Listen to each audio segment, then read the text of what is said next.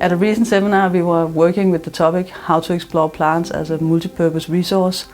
And the first thing we actually was trying to do was to say, what do we mean by multi-purpose resource? I mean, sitting there a group of chemists, physicists, plant biologists, we did have different interpretations of how to deal with this question. For me as a chemist it was a little out of my usual work, but I think it was very interesting and very inspiring group work.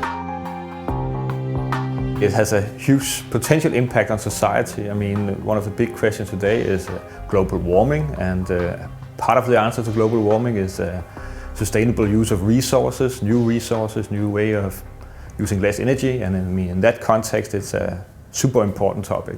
We need to be able to produce some plants where we can utilize a larger part of the plants, not only the grains or the roots being used for some kind of food or burning the whole thing off as biofuel. We need to say, how can we take the whole plant that is produced in Denmark and actually use everything for something relevant, that be food or biofuel or production of high value compounds.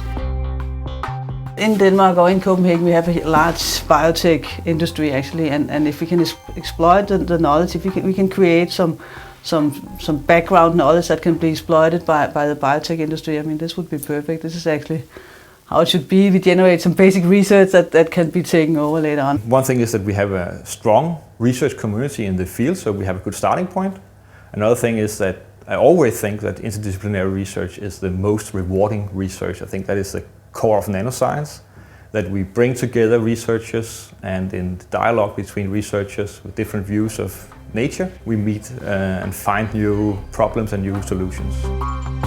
When successful with this idea, I mean, it's something you want to implement on a huge scale, and to do that you will need industries to pick up on the technology developed. The food industry, you can say ingredients, colors. I mean, we can do a lot of things in the plants where we can make natural colors, natural flavors, where we get the plants to produce additional flavors, for instance. Then there's the whole say agriculture area. What we actually need to do this is to have good infrastructure for doing proteomics or doing metabolomics or doing genomics, good quality equipment so you can do high throughput and high quality measurements. It's something that is not easy to get funding for because it's not fancy and advanced and new, but it's some kind of basic things that we all need here, and having such a platform at the faculty would be a great help for many of us. I think you can easily use it in many educations, going from biology, biotechnology, natural resources. I mean, that's something where it would be very obvious to use it.